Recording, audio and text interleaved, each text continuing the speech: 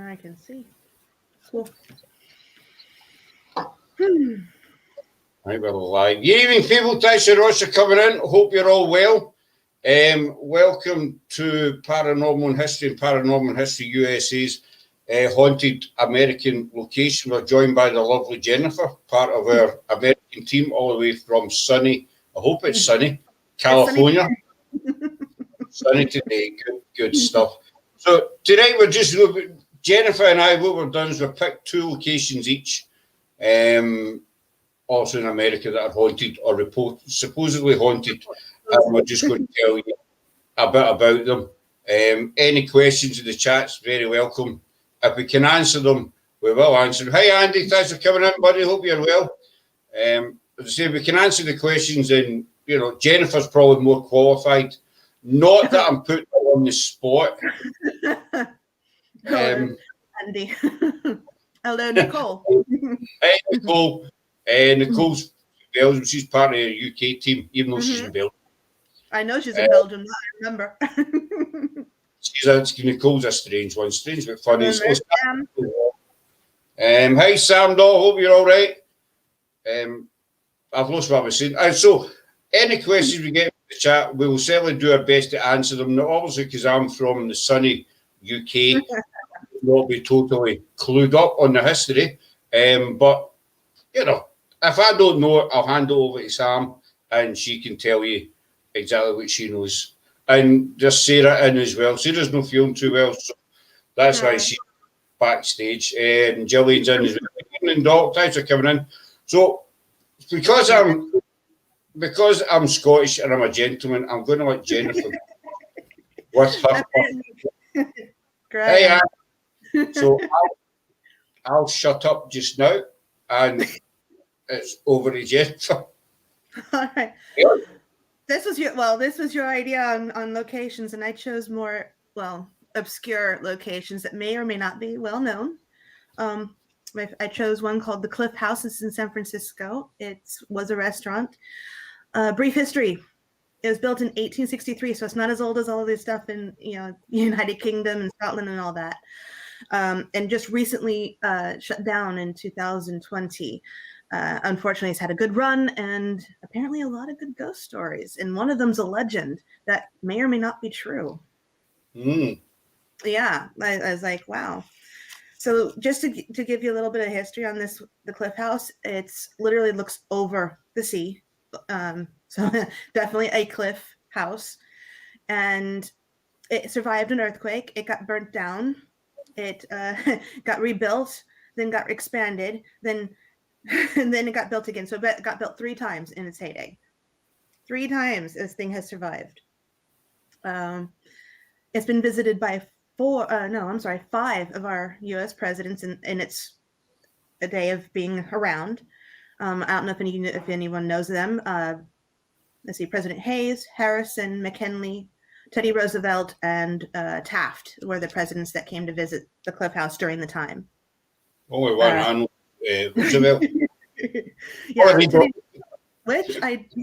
Teddy Roosevelt did do something really interesting there. He, for the first time in 1879, used the telephone for the first time there at the Cliff House. He never used one before, and I quote, "In a year or two, the world will wonder how it was ever did without it." End quote. So it's had a lot of people that has visited there, including Mark Twain. Mark Twain, I have an interesting quote from him that he quoted to get people to go to the Cliff House from June 25th, 1864. He reported to the San Francisco Daily News, "If one tires of the drudgeries and scenes of the city and would breathe the fresh air of the sea, let him take cars and omnibuses, or better still, a buggy and pleasant steed, and ere the sea breeze sets in, glide out to the Cliff House." End quote. So it's had a lot of people. That's quite a quote. I don't have a clue what it means. I'm sure Magnus knows, but I do not have a clue what it means. It means, if you know anything about Mark Twain, he's very I guess, fluid with his way he writes, and he's very I cannot think of the word. He's very exuberant with his words. He doesn't spare words. He doesn't believe in sparing words, or never believed in sparing words. So anyway, so the Cliff House, with everything that has happened, including having to not sell liquor 2 years before Prohibition, then get closed down during Prohibition in the 1920s. It wasn't remodeled until 1937, and then was claimed by the local San Francisco area in 1977. So it's been it's had a lot its heyday for something so new in history versus old. So, but that's just a brief visit on the history. I didn't know how much more history. I do have more history, but I didn't want to go more into it unless we wanted to. Andy got a comment. If so many presidents have visited, it must have been a building of some standing.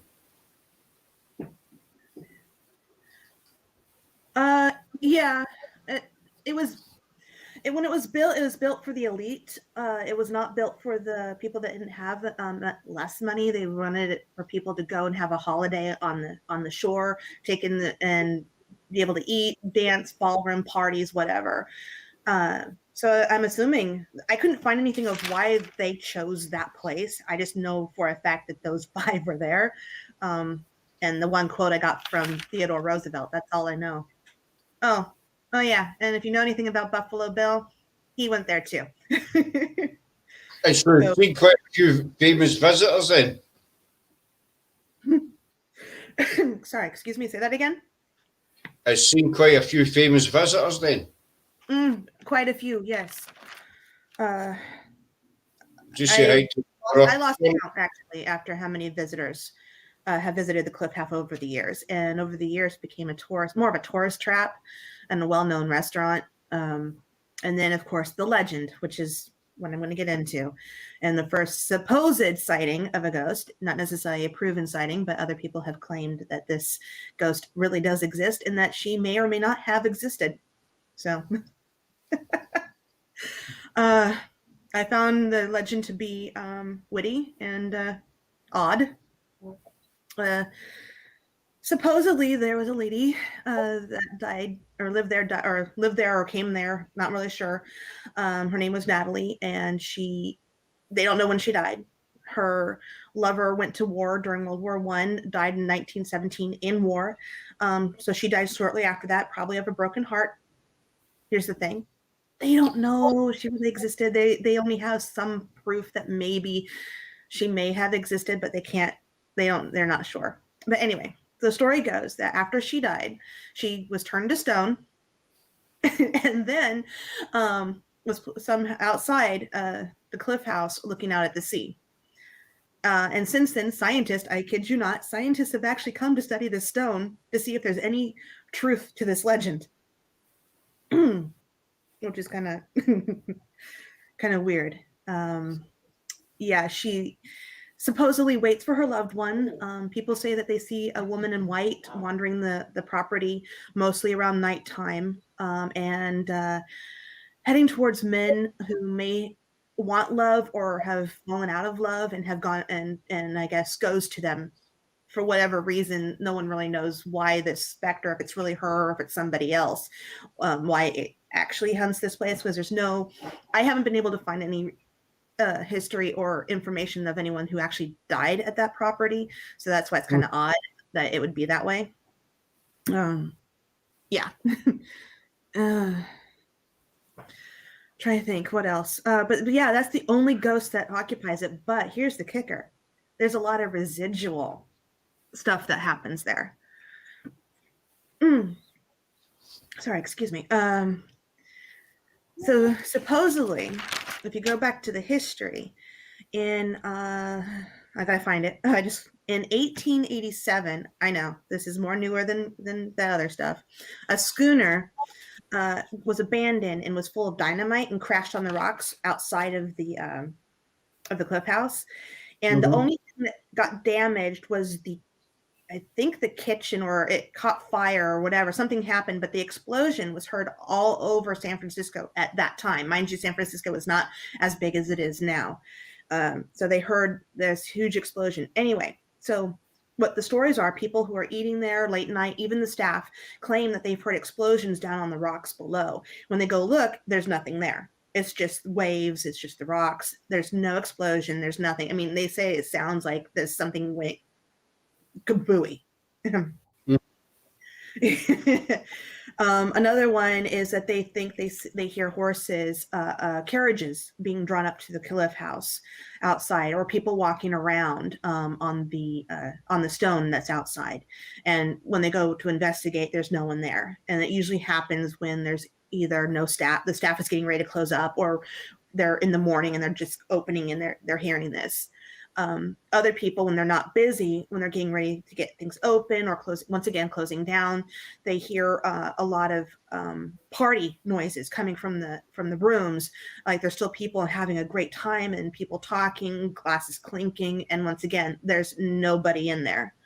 So a lot of it sounds it's like it's more residual than an actual intelligible haunting. I'm sure there are people who have gotten intelligent EVPs. I haven't been able to find. Oh, I wish I had looked further. I probably could have. But I've passed by it so many times, and no, I've never stopped, and I'm not that far from it, and I never stopped. But yeah, it's One of these. Yeah, what? Go ahead. Oh, sorry, one of these places you always intended to visit, as I says, and you just, I'll go in the next time I pass, and then the next time you forget, and it's always, and before you know it, they shut down, it shuts down, or they shut it down, or they knock it down. Yeah. The funny part is it still stands where one of the owners or original owners of the Cliff House, he decided to buy a bathhouse. It's called the Sutra Baths, which I didn't want to talk about today, but I have to go into a little bit of thing. That's in ruins right next to the Cliff House, and people claim that while they're at the Cliff House, they can hear people splashing around in the water when no one's there because there's no building left. There's just ruins over there.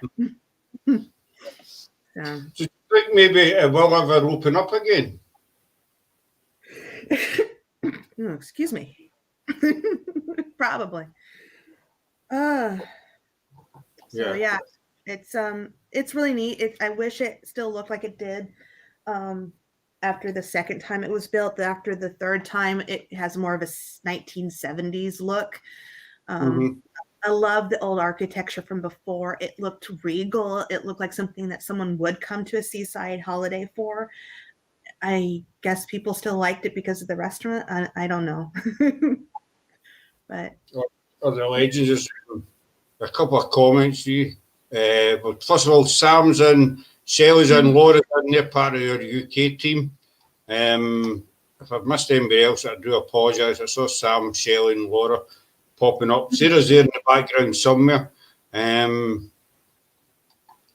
2 seconds. As you can see, as I've said before, folks and lies, Tech and I don't really get along. So I'm just going to, bear with me. I'll get the comments. I will. Don't worry, there's one for Nicole. She would see, I got a comment up. That's all right. What's the tiny house?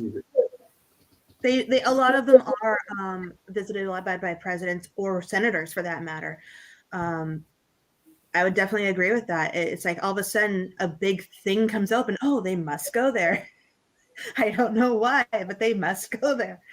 But as I said, I've been past Cliff House many times and never stopped. And now I wish I had. I wish I had. If wishes could be horses, I have an entire team. There's still plenty of time. Still, you never know what the future might, the future holds. Someone could buy it. Someone could bring it back to its glory. I'm trying to find a picture. Some eccentric millionaire or something. Oh, that's horrible. That's a horrible picture. Okay, maybe it's not. I can do it. I don't know. There we go. That is how it used to look. That's What? that's a beautiful building, that, isn't it? That's massive with the looks of it. Yeah, well, that's how it used to look, and now it does not look like that anymore. It looks. Let me see if I can find it. I should have had this ready, and I do apologize. It's all Uh, right, Doc. Not a problem. We're quite laid back on this channel, so you know everything's fine. yeah. Now it looks like this. No, I just see that just doesn't appeal to me. I think the original building get more. Exactly. I like the old stuff better. They should go back to the old stuff. When they rebuilt it, okay, kind of change it a wee bit, but don't Mhm. destroy it. They destroyed a lot of it. I mean, I don't know why. I mean, whatever. I take this, Andy, saying from what I hear, buildings built for elite tend to have interesting histories with some hidden story. Oh no! Oh, I do have a picture of it when they're trying to do gimmicks or a gimmick of it, trying to get people to come there. Oh, why is my phone acting funny? Okay, this is the strangest picture I have ever seen, and it's obviously you can tell. This is how it used to look at one point before its more modern facade. That doesn't look appealing, does it? Andy makes a good point there. Now it looks like something we see on the front in East Bourne's a seaside resort down in England, Jennifer. I don't. He's right. It does. It's one of these promenade kind of amusement buildings. The original building should have, as I say, maybe changed it a little bit, but left a lot of the original kind of design to it because it was a beautiful building to start out with. Massive. Massive. Very. Oh, remember how I told you about that fire? Oh, that's another thing. They do actually think there's a fire going on and there's no fire. But this is a picture of when it caught on fire, and that's why it got destroyed. So that beautiful building was destroyed in like 2 hours. Do you know what caused the fire? Unknown arson, apparently. Someone, they think it may have been a political coup or something. No one really knows. It's a cold case. So anyway, but yeah, no, it's a really neat place. I mean, it's beautiful. There are sea lions that go by. It's a very nice, beautiful. If you don't mind it being sunny, because it's not sunny. It's actually very cloudy. It's very, very rarely sunny there. It's always been such a shame things turn to ruin. There's a lot of buildings, especially in America. There's a lot of old buildings that were beautiful once, and exactly. And then, as I remember how I was telling you guys about the baths that are right next door to it, or used to be. Okay, so the baths. Oh, come on. Oh, don't do this. Oh, quit it. Phone. Okay, this is how they used to look. This is a picture, a mural someone did of the baths. So to take a picture. So that's what they were kind of like in the inside. And then this is what they, and then, oh, crub. Is that a polite way of swearing? Crub. I'm being polite on my swearing. This is what it looks like today. And that's right next to the Cliff House. That's why people think that used to be the baths. Yeah. So people think they still hear people swimming or having fun or whatever because they're right next door. Mm-hmm. So they believe. Go ahead. Oh, carry on. Oh, no. What were you going to say? Just you hear people swimming. Is that only say, is it the Queen Mary, I think it is, or the Queen Elizabeth who's docked in America? They still think they can hear the swimming area down the stairs in it. They still think they can hear, people splashing and what have you. They think they can hear it. But people visit there during the day, but no one goes in the water because it's way too cold. But yeah, they do hear what sounds like swimming. And then Nicole, you were saying that weren't there any deaths in that fire? There were no reported deaths, but then of course, back in that time when the fire took place, that was in 1907, Christmas Day. It was gosh, not even a year after the San Francisco earthquake.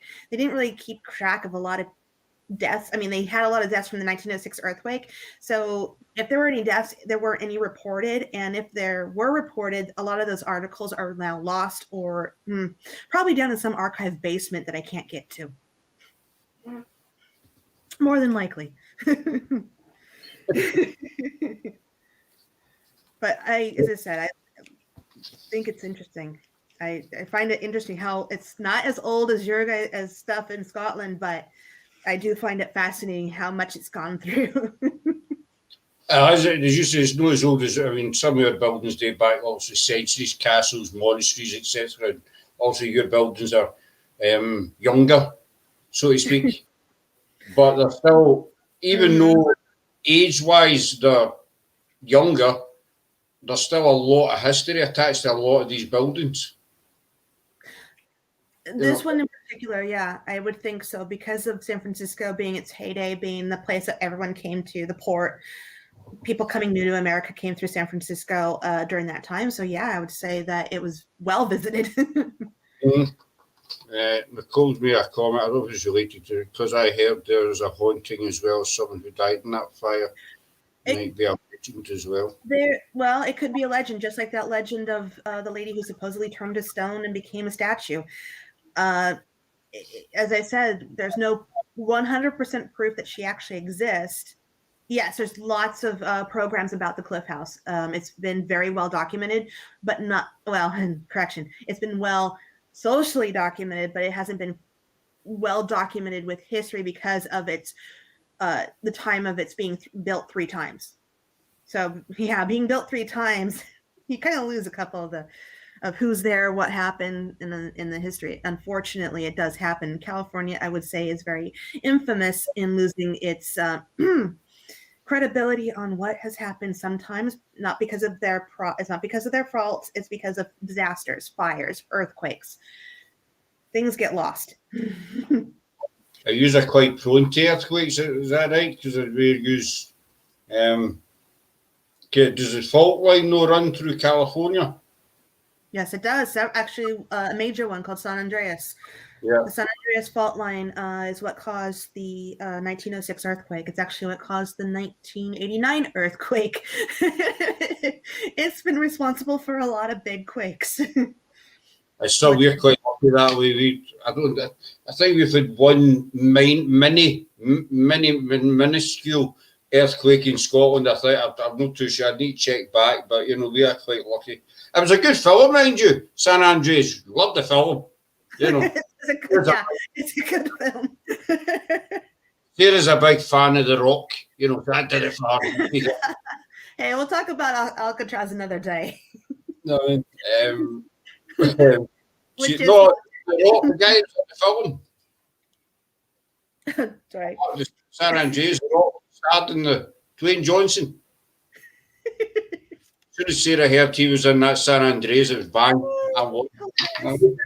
But my history isn't as extensive as Jennifer's. Shelley loves listening to you, Jennifer. Oh, you're so sweet. When I start talking about history and I start talking about, I get in the teaching kind of mode and I try to make it interesting. So I try not to be, blah, blah, blah, because that can be boring. That would be like, I think when you're talking about history, you do. I mean, I've listened to people talking TV about history and you think, I'll go make a bit of toast. That'd be more exciting. I'd rather boil water. I'd rather watch water cool than, All right, your turn. I have another one, but you can do one of yours. My turn. See, they're all now. That's it. You may as well. Good luck. What are you going to do? Watch EastEnders or something. I don't know, because I'm going to speak. one of my choices for tonight is a world famous Stanley Hotel. Now, we all remember the Stanley Hotel as it was the setting for the very, very famous film starring Jack Nicholson called The Shining. So it's a film I've always liked, so I decided you can see Jennifer has a love and passion for it. She has, Laura. She has, same as yourself, though. I do apologise if my history is a bit crap. That's okay. I can help fill in on things I might actually know, but I will tell everyone I've never been to this place either. It's it's on my, well, let me explain. I don't have a bucket list. I have a bucket. It's full. I pull things out when I'm ready to go to them. So if I get stuck, you're my wingman, a wing woman, whatever you like. I'm the wing, I'm wing whatever. So it goes. So the Stanley Hotel, it sits in, I might get this name wrong, Estes Park in Colorado. There's a chapel. Thanks very much for coming in, buddy. And it originally opened on July 4th, 1909. Now, how it came about was it was the inventor of the steam-powered car, Freeland Stanley, who had suffered from tuberculosis, and he was recommended back then.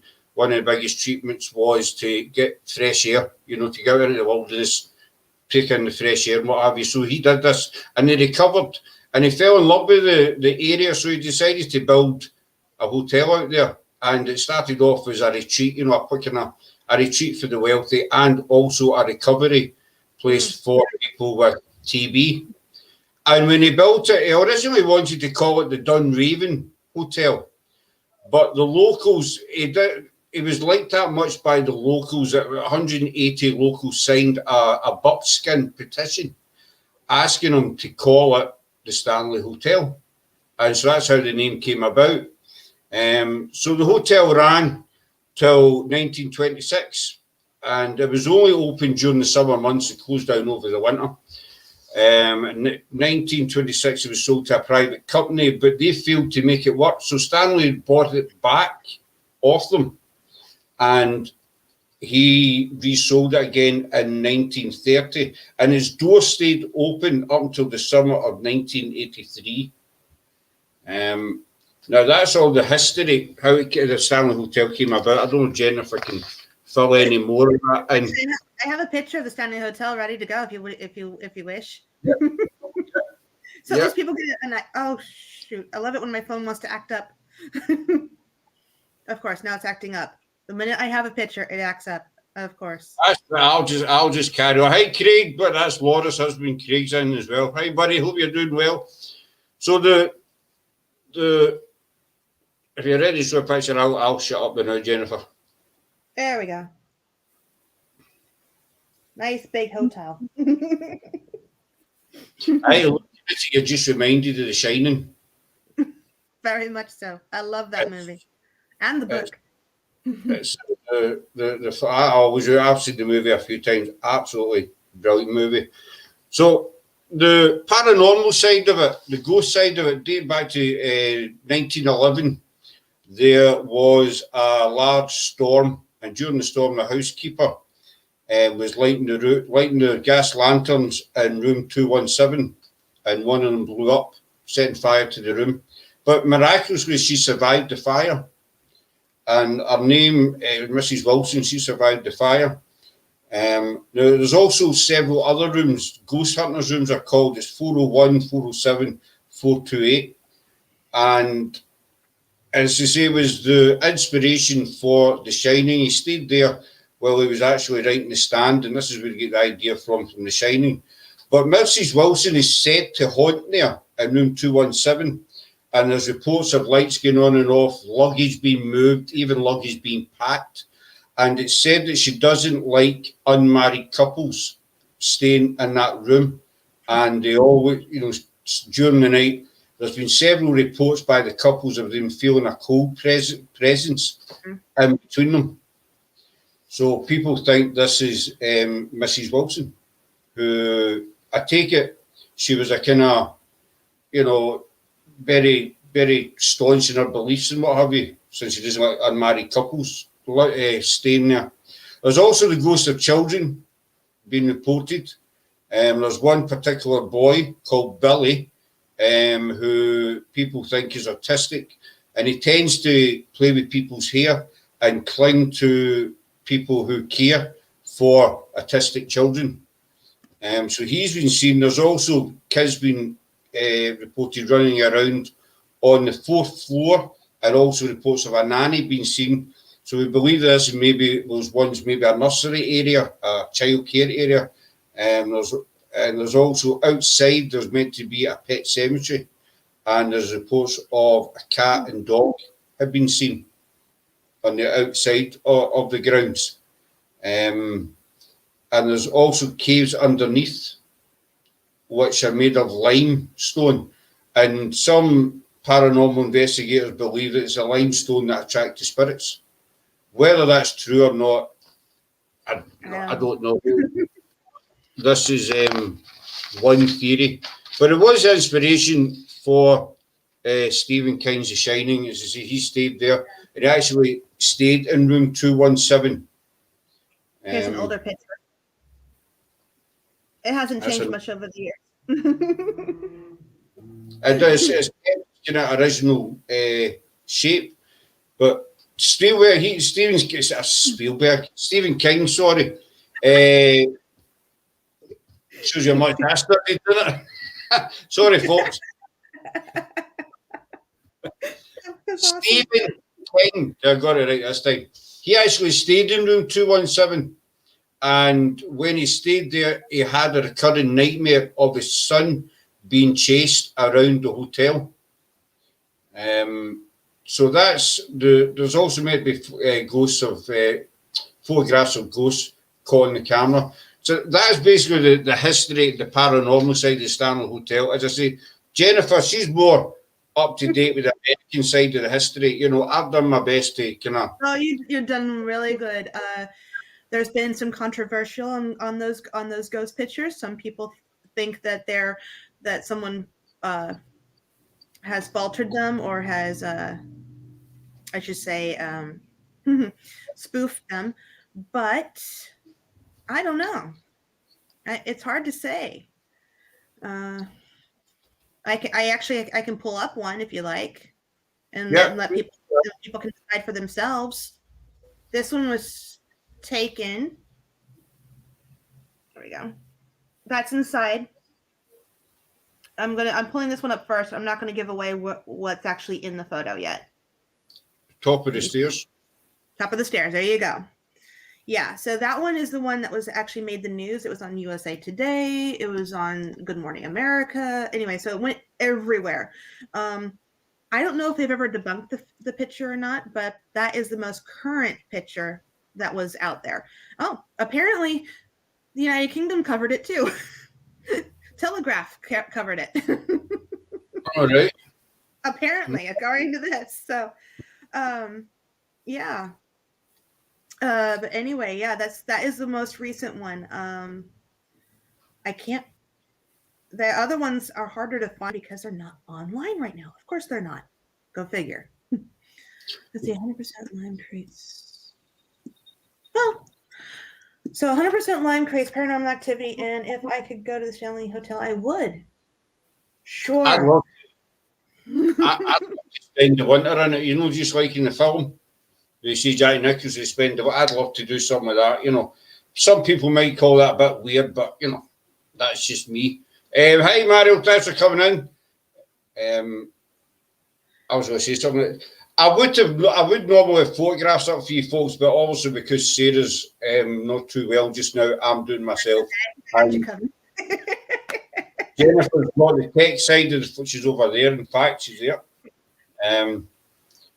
So that's why I've not got any photographs because I'm as thick as mince when I couldn't tell you how to put a photograph up on this screen. And I'd be totally honest. But I mean, during the winter, Jennifer, obviously when the hotel was up and running, they shut it down during the winter. Would you have stayed there over the winter months alone? Do you think? Yeah. Going back to the film, Because I think he was shot for like say 3 or 4 months at a time.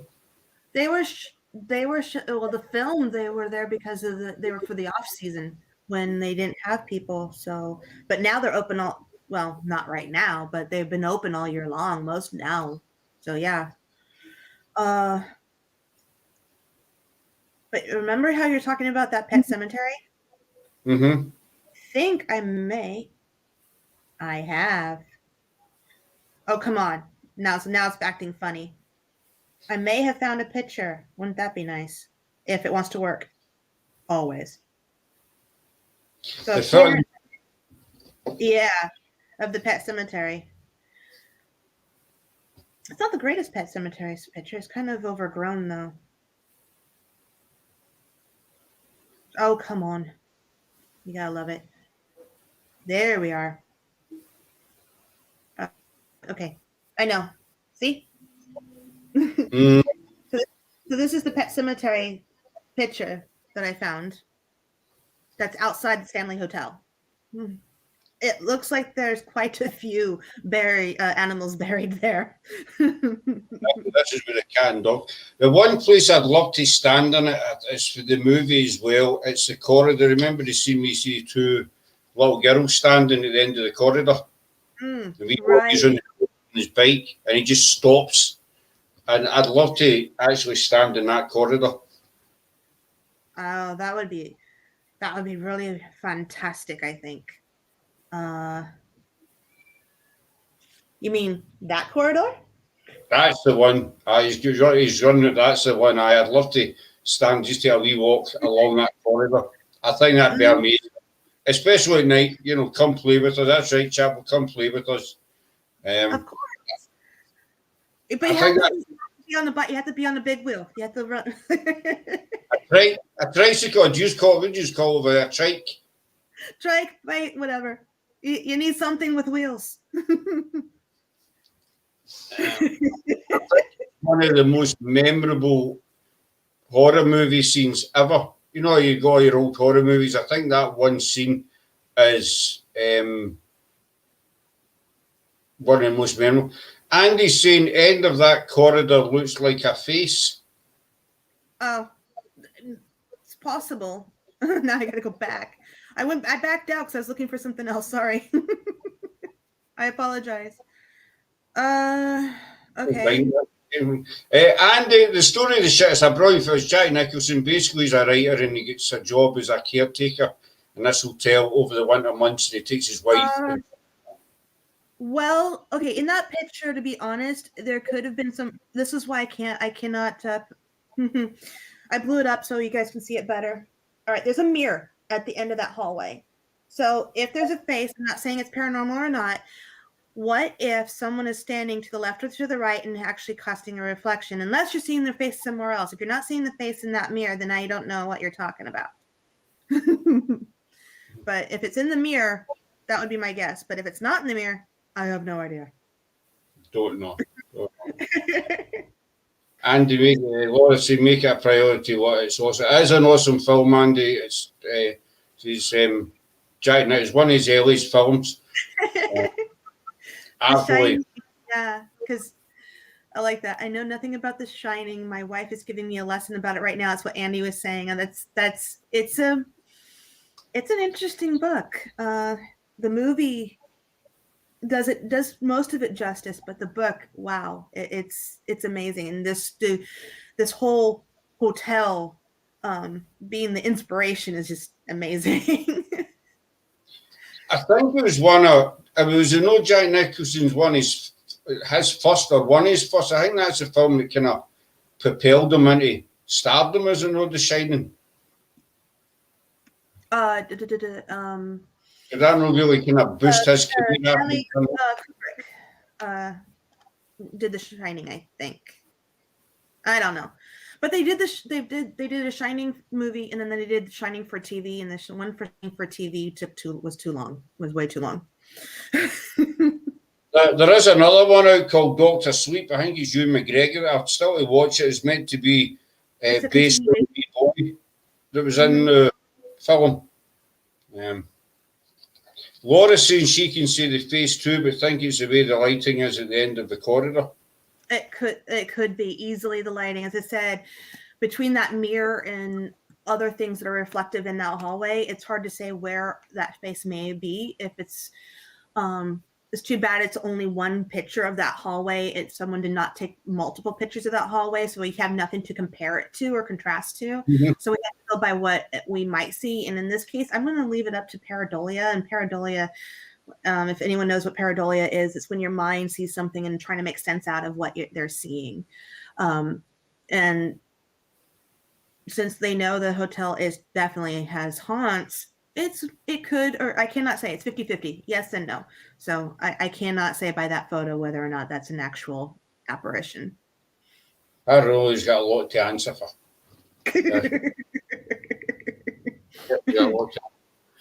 So that's my history that on the Stanley Hotel. Not as exciting as Jennifer's on her first one. So, I just like to find things that had tragedy. I can't help it. Tragic history is fun. So what you're both saying is you've got a sick streak inside you, then you're kind of like morbid. You like to watch car accidents and wrecks and stuff like that. And no, those aren't fun. Take photographs. No, tragic places like with tragic histories. That's why I'm fascinated with the Tower of London and things like that. So, Tower of London is an amazing place. You know, I'm a big Tudors fan. Always have been. I've been to Tower of London 4 times, I think. 4, and it's an absolutely amazing building. You spend the whole day in it just wandering around. I mean, all the various bits of the White Tower as well. It's absolutely brilliant. All the tragedy that happened there just fascinates me. Well, that's true, Jennifer. I mean, especially during Tudor, especially during Henry VIII's reign. Mm-hmm. You know, the amount of people he locked up there and, never came back out. And then you get Anne Boleyn, Catherine Howard, Thomas More, Cromwell. A lot of them were all executed within the tower. It was if you were royalty or kind of high up in the Privy Council, you were executed inside the tower walls. Other than that, you were taken to Tyburn or Tower Hill, and that's where the deed was done. But no, the Tower of London, honey, is absolutely amazing. It's that should be in your bucket. I bet I need to get a passport. I don't have a passport yet. Time to get a passport. No, just places, even in America, the places that had all this tragedy and loss have all this great history. Which is why my next one also has sort of tragedy and sort of not tragedy. So carry on. All right, now we're going to go to a place. Obviously, I've only been to so many states, and no, I have not been to this state yet. I know it seems like I've been to a lot of places, but no, the United States is too big. This is the St. Augustine Lighthouse in Florida, Before I go anywhere, before I go on to anything, it's this beautiful lighthouse. Beautiful. And this is not the original. The originals were all made of wood and whatnot. So this lighthouse has been on the History Channel. It's been on I don't know if it was Ghost Adventures or one of those ghost shows. It's been on many, many places. So it's been talked about, but I've never been there. I've only read the history and what I know of what I've read. So don't judge me, please. We're not judgmental here, Jennifer. Why have you not been? Why have you not been? You live in America. Why have you not been? I've got an excuse. I know. I haven't. I've been to Texas. Let's see. Okay, Texas, Washington, Oregon, Alaska, Nevada, Colorado, Ohio, sort of, Virginia, Maryland, Washington, D.C. Let's see, Texas. Oh, no, Arizona and New Mexico. That's where I've been. I noticed that Tennessee wasn't in there. No. I have a lot more to travel. You certainly do. So back to Florida. Thank you. Yes, I knew it was on one of those adventures. Thank you, Andy, saying that was on Ghost Adventures. Watched it recently on the top of the stairs. I'm glad you brought that up because I do have some information concerning that. Some historical information. Let's go to the history first, because going about knowing the history first is actually helps it better when you see something that's paranormal. Then you can actually see if it actually correlates with the history, whether or not it actually matches up. Paranormal doesn't always match up with the history, but it's really nice when it does. The current one that I just showed you, the picture, was actually built between 1871 and 1874. So it's not the original lighthouse. The original lighthouses were there. They started in 1565, and they were beacons and wooden structures just so that people would not, or the boats would not crash on the rocks. So many, many years later, they decided to build this nice, tall, concrete structure. So just knowing that, it almost collapsed at one point because of erosion. Luckily, it's still standing. All right, so that's just a little back history on how it was built and the reasons why. Now, here's some history, what might lead into the paranormal. Now, there's a lot of different light keepers over the course of the years. The last actual light keeper was 1960. Was the last time they ever had a lighthouse keeper, technically, and his family.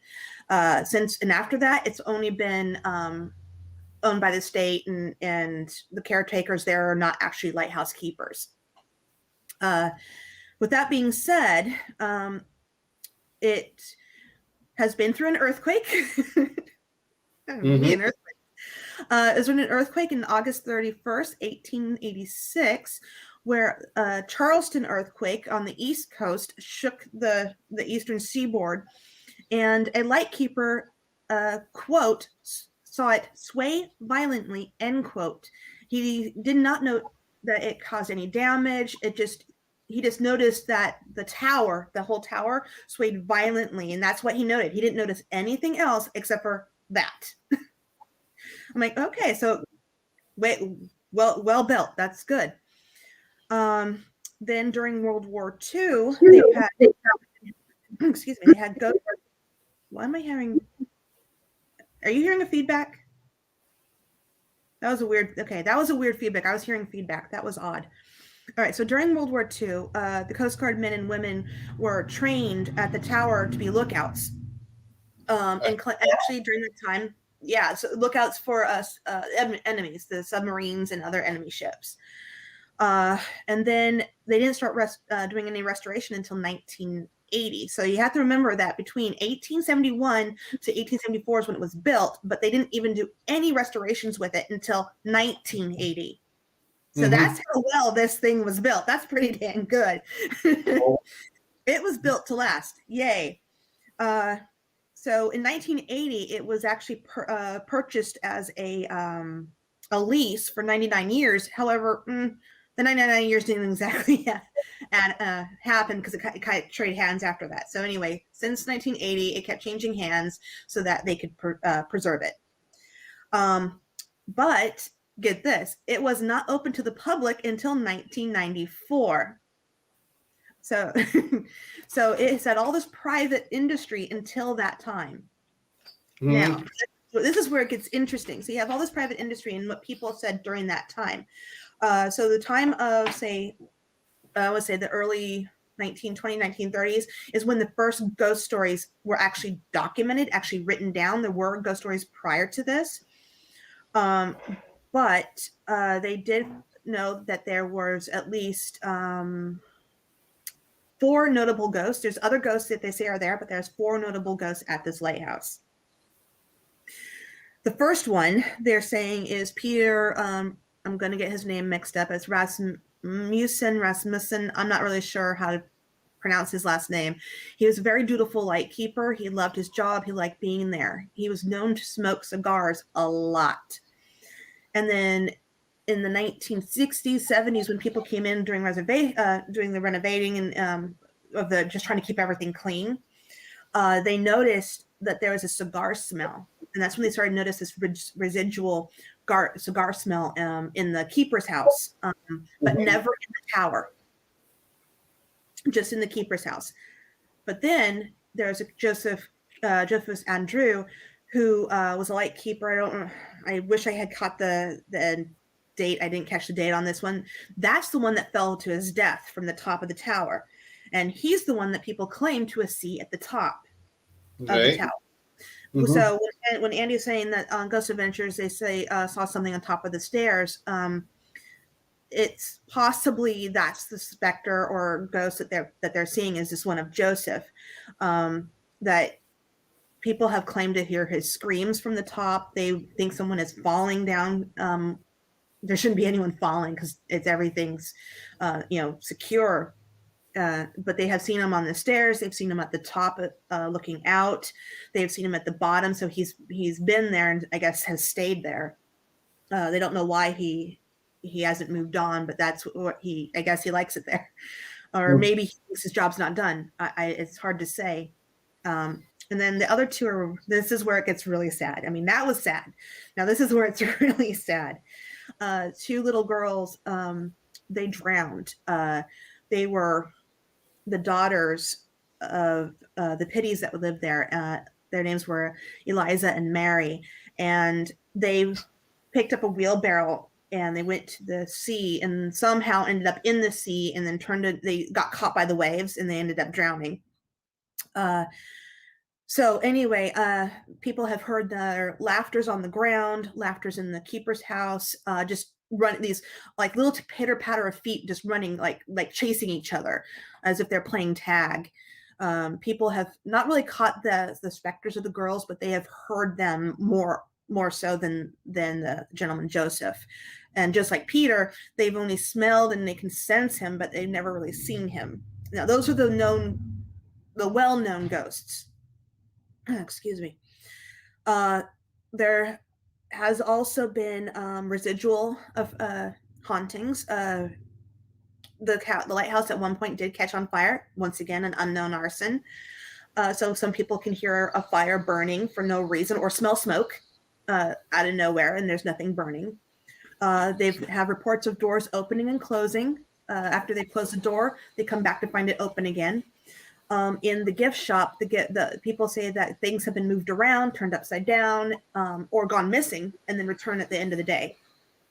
This is just what's been noted, or what's well noted on their websites and other things, and what people have said. They've also felt cold drafts when everything has been closed up. And mind you, it is on the East Coast, and it can get pretty drafty there during certain times of the year. Especially when you have hurricanes going and or it's rain season. But they're claiming that it's cold or unusually cold and drafts going through when everything is shut up and the heaters are running. And then the other one is, this one is not in association with Joseph. They're not sure who this is. They claim that there's a tall man that all of a sudden appears before people and either disappears in front of them or turns and walks away and disappears. They're not really sure who he is yet. He's still under investigation of who he might be. He might be another ghost that they didn't think about. But all this tragedy has happened over this time. With the drownings, the falling, and then the dedication this lighthouse has been through. They have just started, I want to say a few years ago, doing archaeology off the coast of shipwrecks that were acquainted to the first lighthouses that, or the very first part of the lighthouses that were there before the big one was there. And they're trying to find out history of why they crashed, what failed, how come this one worked and that one didn't. So yeah. It's I'm trying to think. There is let me see if I got a better picture. There we go. Maybe, I don't know. It wants to be stubborn. Here's a better picture of the lighthouse today and its grounds. So it's rather. It really is a beautiful looking lighthouse, isn't it? It really is. Yeah, I really want to go there. I just want to go there and I don't want to disprove what people are saying. I just want to go there and maybe get an answer of like this gentleman who's supposedly appearing in front of people. I would like to know who he is because I literally went through lots of information, old articles, old newspaper. I could not find another sighting. Mind you, sightings have been going on for a long time. People think that these sightings are like Peter, the first one that they said, the cigar smoke. They think that he's still there trying to help people, that he's still doing his duty as a lightkeeper. Joseph, the one who fell to his death, they think another theory is that he's still doing his job and doesn't know that he passed all these years ago, which is possible. And then as far as the two girls, they're not sure if it's intelligent or residual because they do have AVPs caught of young kids, and then they have others that are just caught, but they didn't get any intelligent answers back. So that one's inconclusive. So just if the guy's fell to the top, he might not realise that he has actually passed over, and he still thinks he's doing his job, or maybe he does realise that he has passed over, but it's such an attachment to the place. It's possible. It is very possible.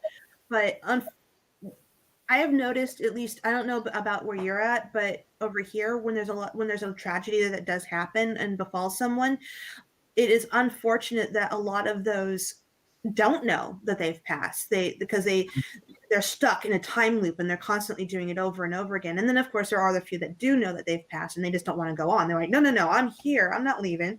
It does happen. They know the past, but they refuse to believe it. Yeah, that too. Some people might think it sounds absurd, but they know the past, but they say, no, I'm not dead. Exactly. Especially with the history of this particular lighthouse and what it's gone through. And how many keepers it's had over the years.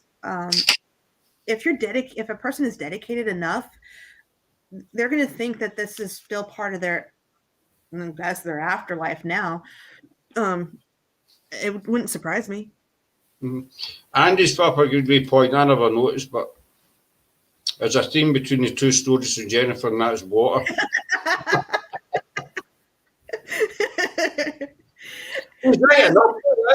Well, sort of. It's more of there was water, earthquake, fires, tragedies. Except for the tragedies, we can't conclude on the Cliff House.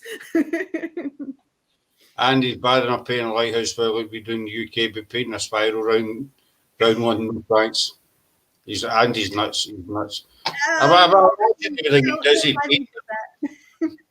I'd have to look into more detail to find out why they painted the black spiral. I can tell you that here on California coast, we do not have spiral painted lighthouses. They don't look anything like that at all. This chapel, Paranormal Chow's a good friend of yours. Ballpark speaking. If you know where Sacramento is in California, which is the capital of California, I am north of California by 45 minutes.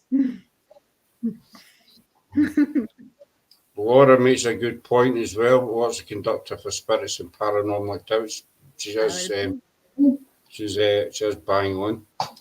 I would definitely agree. So I take it as my turn again. No, okay, Andy's saying, so are we to deduce that Jennifer has a secret longing to play in the sea? No, I will not play in the sea. I have way too much respect for the ocean. All oceans. I will sail on it. I will be near it. I will not go in it. Plus, you've seen the film Jaws, so that puts you right off right away. No. Too much respect for the ocean. Way too much respect. You can't see over here. It's just it's just brown or black or something. There's stuff floating in it. I mean, obviously the oceans you have over there is crystal clear blue water. Over here is like brown.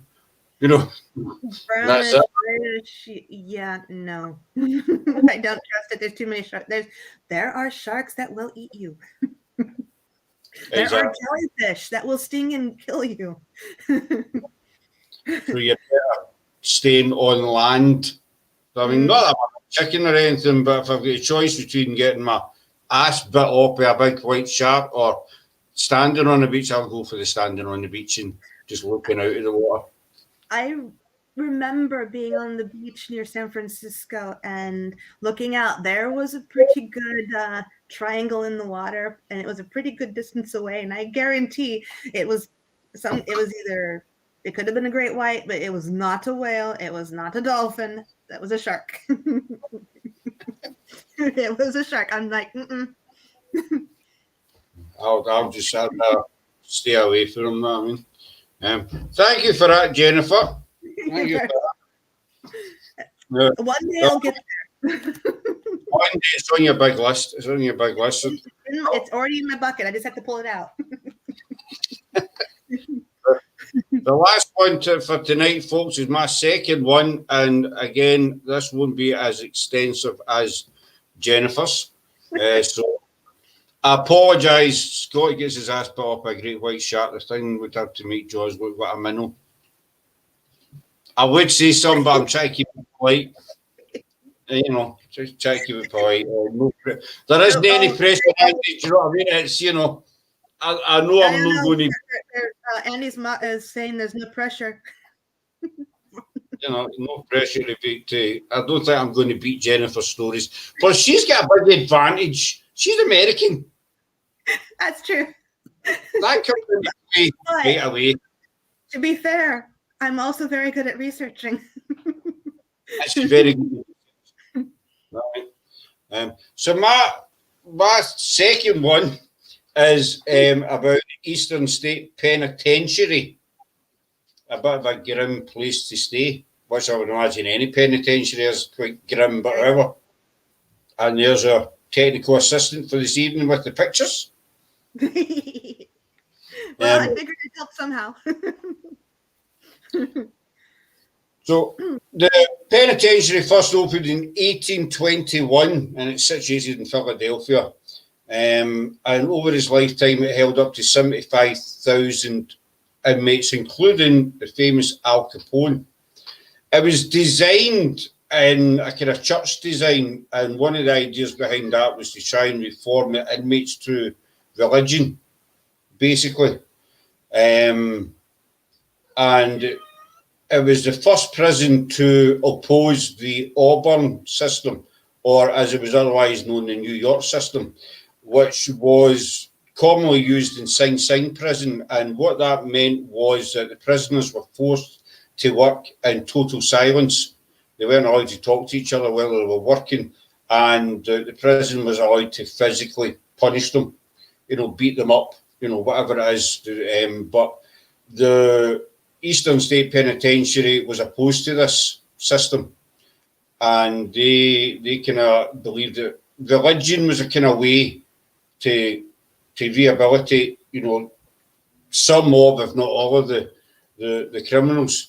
And one of the other things that it did do was that the warden was required to every day walk around and say hello to every single inmate in the actual building. And one thing that stuck out about the other thing that stuck out about the prison is that the cell doors were a lot smaller than your average cell door. And one person's theory behind this was that it made the prisoners had to bow to get into their cells. So one theory behind this was that they bowed as in bowing, you know, as you would in a church, basically. And the other theory was that it was to cut down the risk of them attacking other prisoners and guards. So it closed in 1971, 1871. I mean, 1971, due to basically it deteriorating. But as I say, it was designed to try and push the prisoners towards religion. But they did have a fair share of punishments handed out. Punishments included being dunked in a bath of water. This was especially popular during the winter months. They would be dunked in a bath of water and taken outside and hung on a wall. I just left there till the ice formed. on their bodies. They had another thing called the mad chair, where the prisoners would be strapped in so tight that it would eventually cut off their circulation. And they were also gagged as well. And the gag was placed in their mouth so tight that if they dare try and talk, it simply would drip their tongue to pieces. They were left in there for, could be days. And a lot of them did go mad, hence the reason it was called the mad chair. Another form of punishment was it was an underground cell, basically. There was no light, no sound, no human contact. And as we've all seen in the movies, you could be in the hole for a week, for a month, 6 weeks, depending on what you'd done. And I dare say a lot of people lost their minds being stuck down there. As you can see, the design as well was so the central building in there was designed so that the guards could easily see down each wing without, you keep a constant eye on what was going on. The main guard bit was in the centre, obviously, and so they were able to stand and see down whatever wing, if they heard the noise, whatever. So, as reported, as I say, Al Capone was one of its most famous guests. He was there for quite some time, and we know that he'd done up his cell quite fancy, had all the all the home comforts in his cell. So he's said to haunt there. EVPs have been picked up in the cell that was once occupied by him. In cell block 12, there's been voices and what's been described as cackling noises heard and picked up. Cell block 6 has been shadow figures spotted, and cell block 4, the silhouette of a guard has been spotted. But probably the most famous story of a sighting or an experience came from a maintenance worker called Gary Johnson, and he was one of the men responsible for looking after the locks in the prison. And he once claimed that he was gripped so tight by a force that he was unable to move. And he also felt a very negative energy and saw faces in the walls. That there's Al Capone's cell. As you can see, a lot different from other people's cells. I'd imagine they would just have the basic bed, toilet, sink, that kind of thing. But Al Capone, being who he was, had everything he needed, basically. So I think he was quite a regular visitor there. There is a tour guide works there by the name of Ben Bookman, who says that while the prison don't actually claim the building is haunted, they do offer what they call a haunted attraction, and that is designed to let people go there, have a look about it and make up their own mind. The prison has never actually came out openly and says, yes, we are haunted. And so, as I say, the prison says it does not exploit either the paranormal, because at the end of the day, all the people who were incarcerated there were criminals, of different degrees, but they were also human beings. And, the owners of the prison say now they respect that fact, and they won't exploit the fact that they might, the former inmates might still be hanging about. So there is a lot of interesting ghost stories, a lot of investigations being held in the place. And as the prison say, you make your own mind up. They'll never claim the place is actually haunted. So that's my history on the benefit. I do apologise for it's not as adventurous as Jennifer's, as I say. If it was UK, I'd have done better, but I did try my best, So I'll give myself a 3 out of 10, maybe, for that, Actually, the Eastern State Penitentiary, they are hoping to reopen in March for tours. So we'll see. I have seen a documentary, because I always remember the central bit with the control room and that. I always remember that bit, because there's a prison, and it was built in the Victorian times over here. I'll need to look up the name of it. It was designed in the same way. Interesting. The guard room, whatever you call it, the control room, was in the middle, and just so the guards could basically sit and just turn and look down whatever what wing they wanted. But when you think about the amount of people that were incarcerated there over the years, and also the amount of death that it's seen, the suffering, especially with the punishments, there will be a lot of energy still hanging about. Question. And a question for you. Let's see, Jennifer, have you ever thought of investigating any of the U.S.'s great mounds? Built anything up to the thousands of years before the white man arrived there? I would love to. Trying to get to them is actually going to be far harder because a lot of them are what we call UNESCO World Heritage Sites, and a lot of them happen to be on state parks. So trying to do any investigations in a state park or UNESCO World Heritage Site is I don't have the money to actually convince them to let me do it, but I would love to. It'd be great. So that's a good thing about having an American team, because obviously, what's going on now with restrictions, we can't actually get out. But you've got that many places, even like in California, what have you, because you're near where the Dalton brothers, I got that name right. I'm not on fire with my name tonight, dog. I don't know what it is. I'm not firing in all cylinders, as they say tonight, really.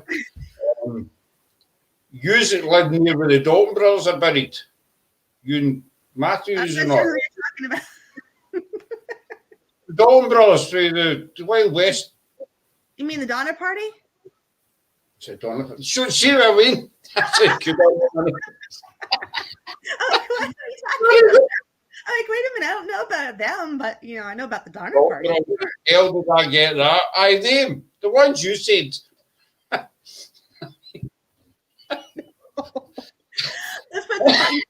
are a few areas I would love to investigate that are considered the Native American, or at least the people that were first there, areas to go to. There are a few actually in my local area that I would love to get to. Is just trying to get to that property is owned because they're private land, and trying to investigate it on private land sometimes can be met with big fat no's. But I would love to, as we have stories in our local area. Dalton brothers. Oh no, Dalton. Oh, the Dalton. Okay, that is not a different area. Dalton brothers is totally different. That's a whole kit and caboodle different. But I know about the Dalton brothers, but no. I was right there. I knew the brothers called Dalton brothers somewhere. I mean, no, he's actually doing pretty good. I just didn't understand him. I thought he actually said that, but that's okay. I know about the Dalton brothers too, so it works. Let's see, Andy. Andy says, anywhere you could recommend in the Mojave Antelope Valley area of California. All of it. History, okay, anywhere you go, any place, historical or not, it doesn't matter how recent the history is or how old the history is or what has happened there. If you find it fascinating, just go. It could, as I said, the Mojave Desert has a lot of information or things there. Lots of different trials happened over the period. People still claim to hear phantom jets flying over the Mojave Desert when very few fly over, at least in those certain areas anymore.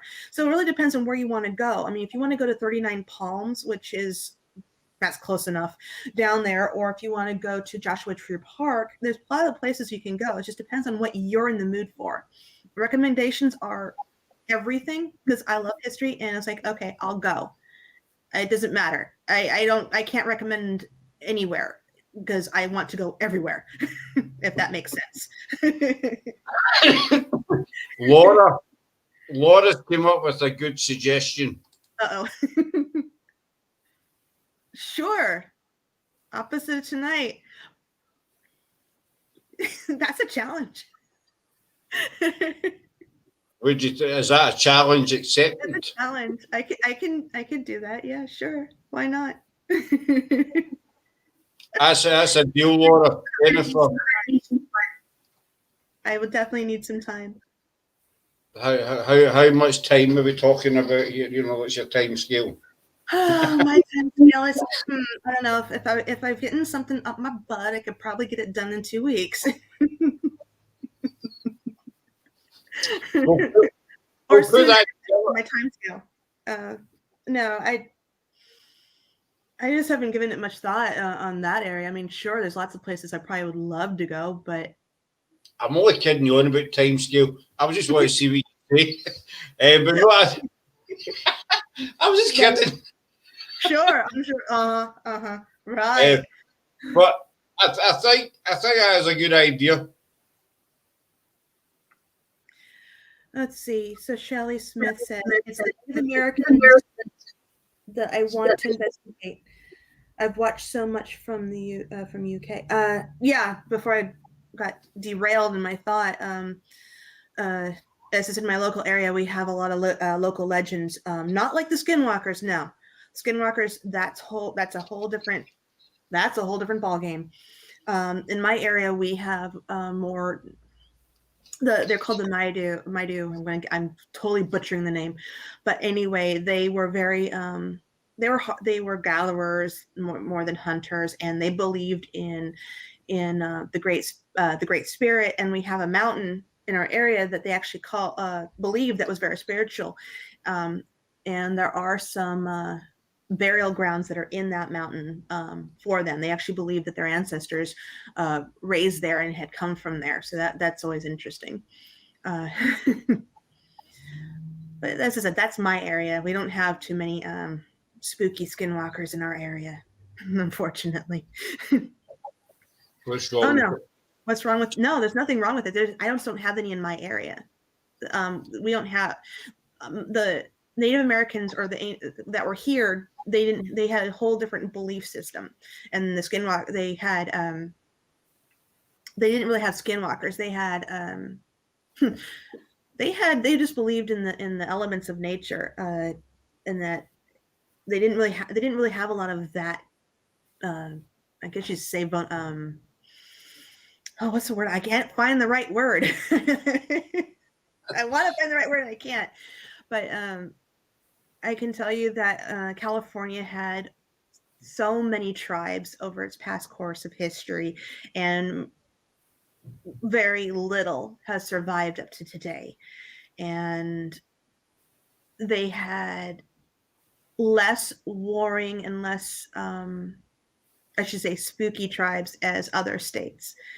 California is not as known for a lot of its superstition in their Native American history as other states are.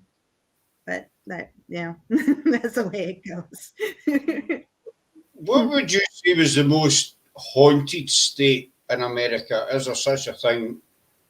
I mean, I know you're going to say Massachusetts with Salem trials were, but I would say Massachusetts, Pennsylvania, New York, but not New York City itself. Like, we're talking about the suburbs of New York. I would say North Carolina, definitely. Those would be places I would say they're most haunted. But I would say more centralized towards where Washington, D.C. is. Around those areas, there's a lot of energies and a lot of things have happened over there, especially where any of the Civil War happened. Name a place and go. But you're right, with the Salem witch trials happening technically in Danvers and in Salem Village, not Salem itself, but I love that. I love how history goes, oh, it happened in Salem. I'm like, no, it technically happened in this city before it was called this. But yeah, that's history for you. the Salem witch trials are actually a connection. There is a connection between Salem and Pendle Hill. Because the book of demonology book that was written by the king at the time of Pendle witch trials was actually taken over to America and used in the Salem witch trials. And there was also with Pendle Hill, there was also a child that gave evidence, a young girl, as it was with Salem. So there is an indirect connection between Pendle, because the book ended over in Salem, over there. Well, you got to remember, a lot of those people that came over Massachusetts or the Salem area came from all over. I mean, the witch trials weren't just in Salem. So the connection probably came from a surrounding area from Salem, because there was witch trials 2 hours north of Salem. There were witch trials 2 hours south of Salem. So, but yeah, a lot of those people did come from that area, and they brought over a lot of that information for to gather to go against people. There was a person that was what was it? Elizabeth Proctor. When she was tried, they used past information on her, trying to convict her because of her mother. So, that happens. I was insane. I mean, we're doing the witch week, as you know, Jeffrey. Next month we're doing an entire week with witches. But that was just a bit of useless information there about the Pendle witch trials. Just as you mentioned Salem, I thought I'd just add that in. No, you add that in because it's a good segue to it happening later this month or next month or whatever month it is. I forgot anymore. They're all blending together. They're not sending you the diary. I might not. I'll say if I don't, I'll send you. 15th of February, that's starting for the week, and then on the Saturday, the end of we've got Natalie from Ghost Ramblers. She's a witch. She's a kind of a full-time witch. If she gets us out, she's big in witchcraft and whatever. In a good way. She doesn't have a broom and a black cat and throw things at people. That sounds like kind of familiar, but.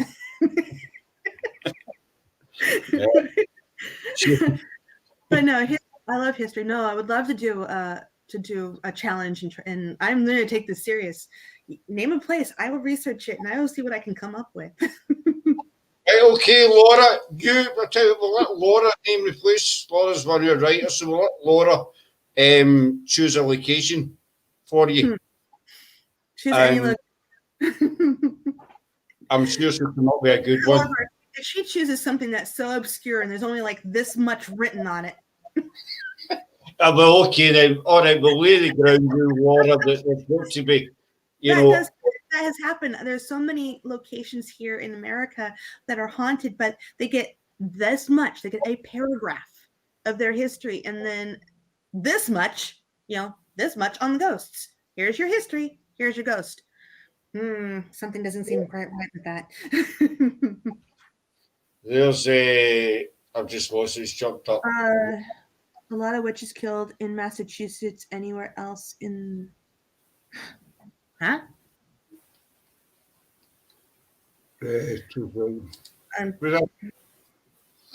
Was there a lot of witches killed on mass anywhere else in the UK? There was North Berwick witch trials where witches were taken to Edinburgh.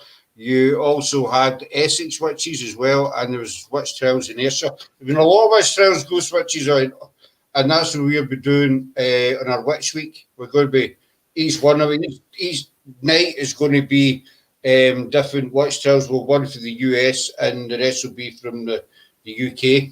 We're not going to feature Pendle on it because we've done Pendle and we've got Forgotten Pendle coming up in March. So we're going to leave the Pendle witch trials to the side.